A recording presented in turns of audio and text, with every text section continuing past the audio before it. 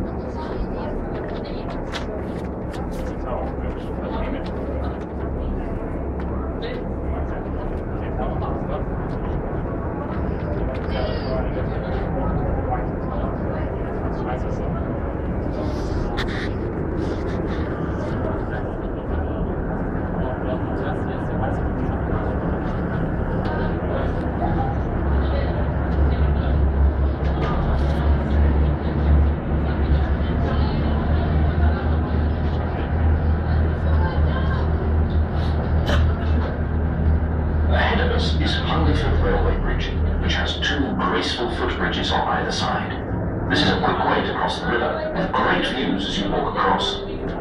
Moored just this side of Hungerford Bridge, on our left, is the white and blue ship, the Hispaniola, once a Scottish ferry, and now a floating restaurant. It's just one of many interesting old ships we'll see on our journey down the river.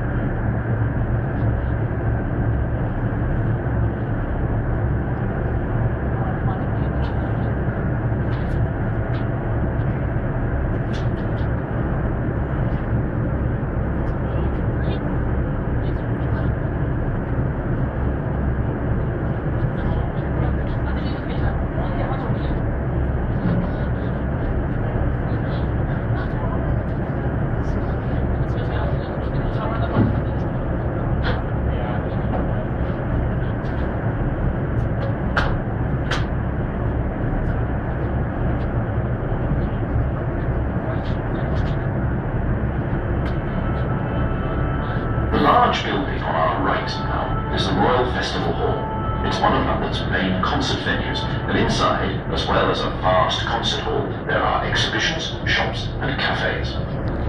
If you look on the other side of the river, just by the road, you'll see London's oldest monument. It's an 18-metre-high stone obelisk called Cleopatra's Needle, and it's 3,500 years old. In fact, it has nothing to do with Cleopatra, but was one of a pair of obelisks made more than 1,000 years before her lifetime. The other obelisk is now in New York's Central Park.